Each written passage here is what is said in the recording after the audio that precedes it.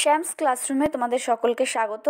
তোমাদের 2024-এর মাধ্যমিক পরীক্ষার আর বেশি দিন বাকি নেই, তাই একেবারে লাস্ট মোমেন্টে এসে বাংলা মাধ্যমিক টেস্ট পেপারের কয়েকটা পেজের সলভ আমি তোমাদের করে দিচ্ছি, সমস্ত এসএকিউ এবং এমসিকিউ প্রশ্নের উত্তর।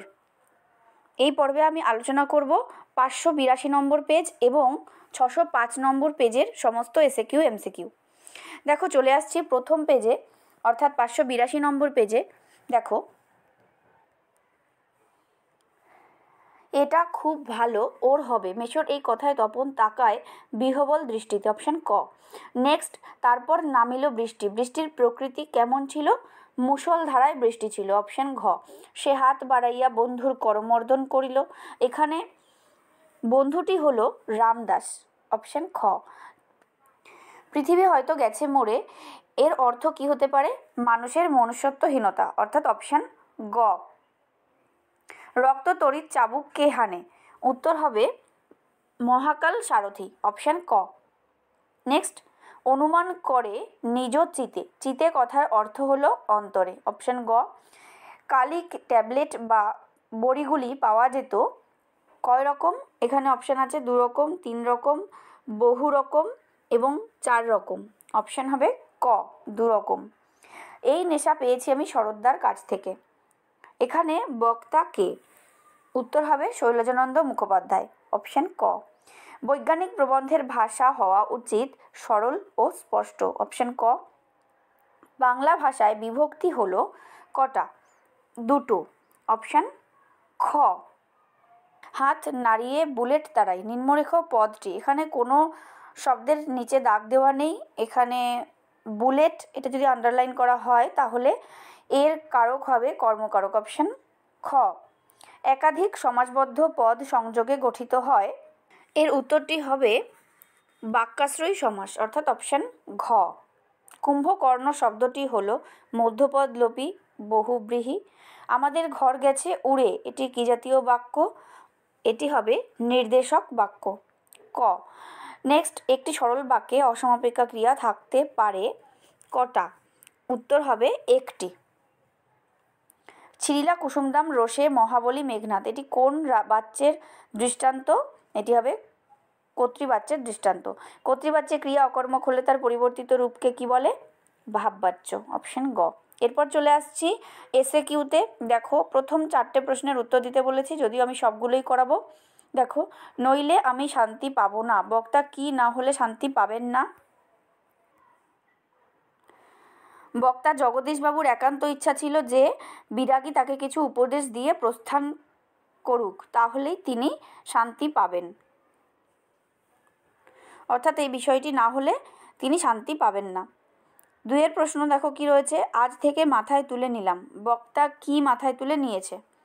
পথের দাবি রচনাংশ অনুসারে অপূর্বর মতে শত সহস্র পরাধীন দেশবাসীকে অবর্ণনীয় অপমান অত্যাচারের হাত থেকে যে দেশপ্রেমিক বিপ্লবীরা উদ্ধার করতে চায়, তাদের সে অন্তরের আপন বলেই মনে করে, তাদের আপনার বলে মনে করায় যে দুঃখই থাক তা অপূর্ব সহ্য করতে প্রস্তুত, এই দায়িত্বই সে মাথায় তুলে নিয়েছে।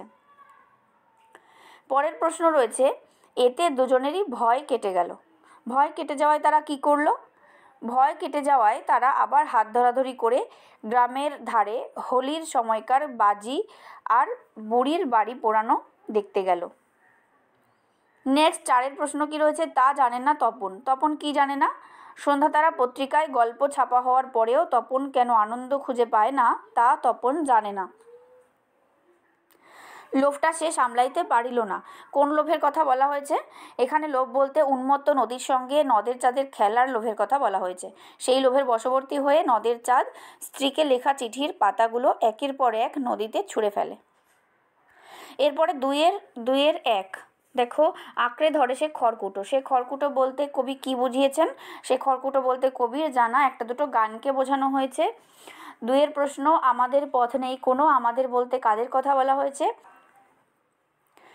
কবি শঙ্খ ঘোষ তার কবিতায় আমাদের বলতে দেশকালের সীমা অতিক্রম করে সাম্রাজ্যবাদী ও হানাদারি শত্রুর হাতে আক্রান্ত সাধারণ মানুষদের বুঝিয়েছেন। এরপরে চলে আসছি কি, ওই আসে সুন্দর, সুন্দর কেমনভাবে আসে? অন্ধত্ব ও গোঁড়ামিতে পূর্ণ সমাজকে ধ্বংস করে নতুন কিছু সৃষ্টিতে সুন্দর আসে ভয়ঙ্করের বেশে। নেক্সট, রাক্ষসকুল ভরসা কে কাকে বলেছেন? আলোচ্য অংশে রাবণ তার নিজের সন্তান মেঘনাদকে রাক্ষসকুল ভরসা বলেছেন। তারপরে রয়েছে উল্টে পড়ল মন্দির থেকে, উক্তিটিতে কবি কিসের প্রতি ইঙ্গিত করেছেন? উক্তিটিতে অসুখী একজন কবিতায় যুদ্ধের অভিঘাতে হাজার বছর ধরে ধ্যানে ডুবে থাকা দেবতারা মন্দির থেকে টুকরো টুকরো হয়ে উল্টে পড়েছিল। এই অংশটিতে একটু টাইপ মিস্টেক আছে, অধৃত হবে না, উদ্ধৃত হবে। উদ্ধৃত অংশটিতে এই বিষয়ের প্রতি ইঙ্গিত করা হয়েছে।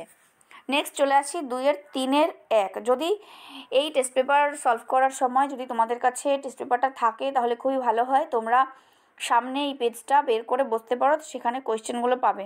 আমি তোমাদের উত্তরগুলো এক জায়গায় লেখার জন্য সুবিধার্থে এইভাবে স্ক্রিনে করেছি, যাতে তোমরা উত্তরগুলো লেখা হিসেবে দেখতে পাও। দেখো 2-এর 3-এর 1-এ রয়েছে এতে রচনা উৎকট হয়। কোন কারণে রচনা উৎকট হয়? যে ইংরেজিতে ভাবা বক্তব্যের যথাযথ বাংলা অনুবাদে প্রকাশ করার চেষ্টায় রচনা উৎকট হয়। চলে আসছি পরের প্রশ্নে। দেখো খুবই টেকসই কোন জিনিসের কথা বলা হয়েছে?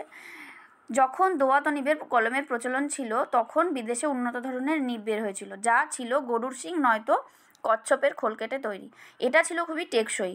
পালকের কলম তাড়াতাড়ি ভোঁতা হয়ে যায় বলে এই ব্যবস্থা। এর পরের প্রশ্ন হচ্ছে কি, পরিভাষার উদ্দেশ্য কি? পরিভাষার উদ্দেশ্য হলো ভাষার সংক্ষেপ ও অর্থ সুনির্দিষ্ট করা। তাদের বাহারি সব নামগুলি কি কি? বাহারি সব নামগুলি হলো কাজল কালী, সুলেখা কালী ইত্যাদি। এরপরে চলে আসছি 4-এর প্রশ্নে। 4-এর 1-এর নির্দেশক কাকে বলে? বাক্যের পদাশ্রিত যেসব চিহ্ন একবচন বা বহুবচনকে স্পষ্ট করে তোলে তারাই হলো নির্দেশক। 2-এ রয়েছে কর্মকর্তৃবাচ্যের কর্তার একটি উদাহরণ, ঢোল বাজে। ঢোল এখানে কর্মকর্তৃবাচ্যের কর্তা। নিত্য সমাস কাকে বলে? যে সমাসের সাধারণ নিয়মে ব্যাসবাক্য হয় না কিংবা ব্যাসবাক্য নির্ণয় করতে গেলে অন্য পদের প্রয়োজন হয়ে পড়ে, তাকে নিত্য সমাস বলে। একটা উদাহরণ দিচ্ছি, যেমন গ্রামান্তর, অন্য গ্রাম। ভূতনাথ কথাটির ব্যাসবাক্য সহ সমাসের নাম হবে কি? ভূতের নাথ। সম্বন্ধ তৎপুরুষ সমাস। 5-এ রয়েছে কি? কর্মবাচ্যের একটি উদাহরণ দাও। যেমন পুলিশ কর্তৃক চোরটি ধৃত হলো, একটি কর্মবাচ্য। 6-এ রয়েছে কি? ঘাস জন্মালো রাস্তায়, জটিল বাক্যে পরিবর্তন করো, যেখানে ঘাস জন্মালো সেটা রাস্তা। 7-এ দাঁড়াও ওই মানহারা মানবীর দ্বারে, ভাববাচ্যে হবে ওই মানহারা মানবীর দ্বারে দাঁড়ানো হোক। 8-এ রয়েছে বাহ এ তো বেশ মজার ব্যাপার, এটি নির্দেশক বাক্যে হবে এ সত্যি বেশ মজার ব্যাপার। 9-এ রয়েছে কি? ক্রিয়াবিশেষণ খণ্ড কাকে বলে?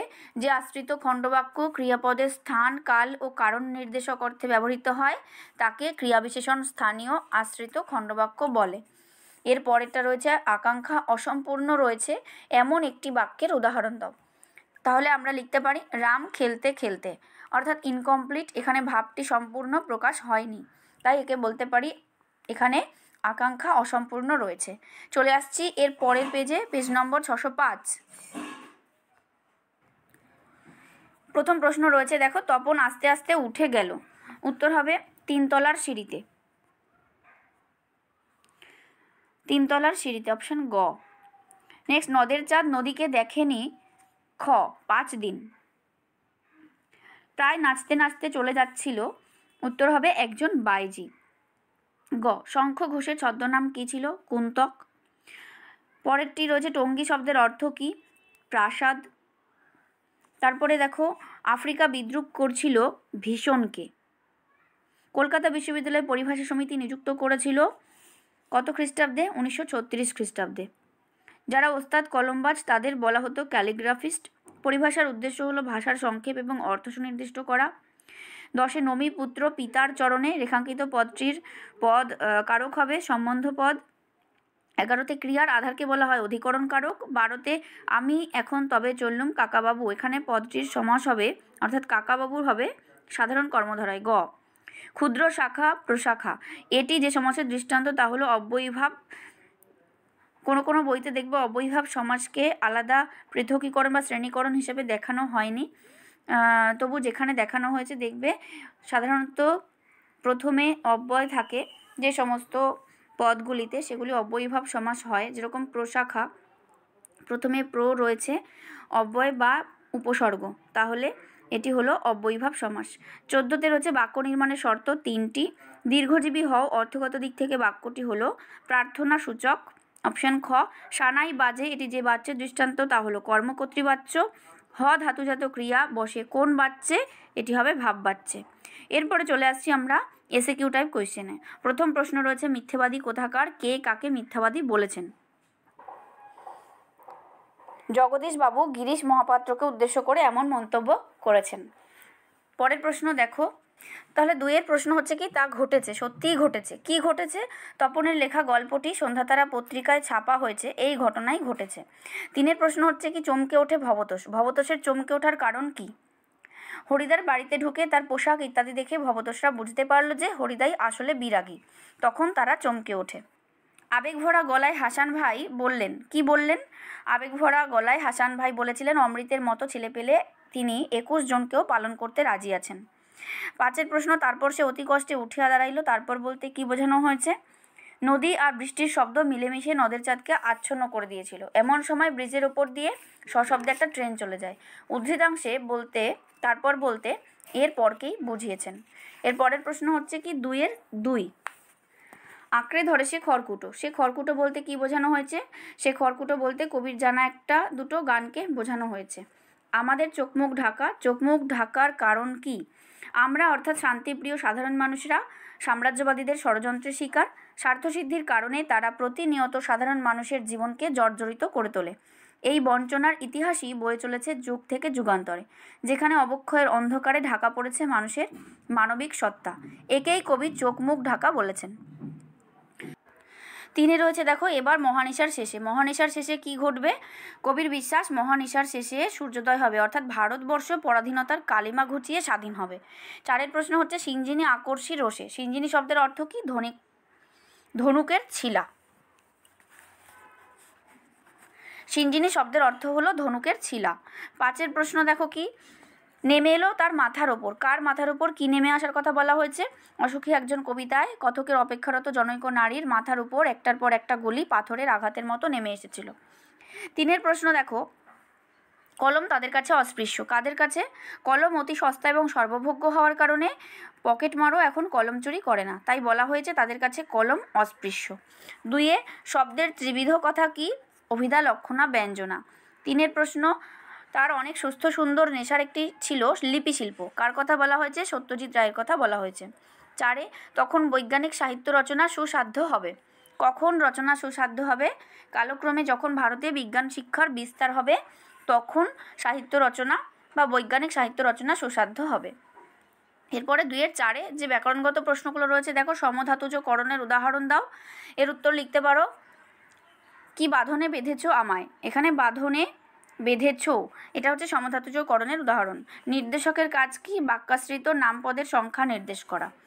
3-এ অতি মনোহর দেশ, নিম্নরেখ পদটির ব্যাসবাক্যসহ সমাস। মনোহর, তাহলে মনোহর এটার ব্যাসবাক্যসহ সমাস কি হবে? মনকে হরণ করে যে, উপপদ তৎপুরুষ সমাস। বহুপদ নিষ্পন্ন দ্বন্দ্ব সমাস কি? একটি উদাহরণ দাও। 2-এর বেশি পদের মিলনে দ্বন্দ্ব সমাস হলে তাকে বহুপদ নিষ্পন্ন দ্বন্দ্ব সমাস বলে। এর উদাহরণ হচ্ছে রূপ, রস, বর্ণ, গন্ধ, স্পর্শ। এটাকে আমরা লিখতে পারি রূপ কমা দিয়ে রস, বর্ণ, গন্ধ ও স্পর্শ। একে বাক্যাশ্রয়ী সমাসও বলা হয়। এরপর চলে আসছি 5-এর প্রশ্নে। 5-এ রয়েছে কি? সংখ্যাপূর্বক বহুব্রীহি ও দ্বিগু সমাসের একটি পার্থক্য। বহুব্রীহি সমাসের সংখ্যাবাচক পূর্বপদের সঙ্গে পরপদের বিশেষ্যের সমাস হয়, তাকে বলে সংখ্যাবাচক বহুব্রীহি সমাস। এক্ষেত্রে বহুব্রীহি সমাসের প্রধান যে বৈশিষ্ট্য, একটি তৃতীয় অর্থের প্রাধান্য লক্ষ্য করা যায়, তা দেখা যায়। আর অন্যদিকে দ্বিগু সমাসে পূর্বপদ সংখ্যাবাচক বিশেষ্য হলেও সেখানে পরপদের অর্থ প্রাধান্য ঘটে এবং সমাহার অর্থ প্রকাশিত হয়। 6-এ রয়েছে কি? গরু ছিঁড়ে দড়ি পালিয়েছে। বাক্য নির্মাণের কোন শর্ত এখানে লঙ্ঘন করা হয়েছে? যোগ্যতা, কারণ এখানে অর্থটাই প্রকাশিত হয়নি ঠিকঠাক। 7-এ রয়েছে লোকটি কাশিতে কাশিতে আসিল। যৌগিক বাক্যে কি হবে? লোকটি কাশিতে থাকিল এবং আসিল। 8-এ রয়েছে কি? কর্মকর্তৃবাচ্য কি? উদাহরণ দাও। যে বাক্যে কর্তা থাকে না, কর্ম কর্তা হয়ে ক্রিয়া সম্পাদন করে, অর্থাৎ কর্তার অনুগামী হয়ে ক্রিয়া গঠিত হয়, তাকে বলে কর্মকর্তৃবাচ্য, যেমন ঘণ্টা বাজে। এবং 9-এ রয়েছে কি? তুমি গাঁজা খাও বাক্যটিতে ভাববাচ্যে রূপান্তর করতে বলা হয়েছে। তোমার গাঁজা খাওয়া হয়, এটা হবে ভাববাচ্যে।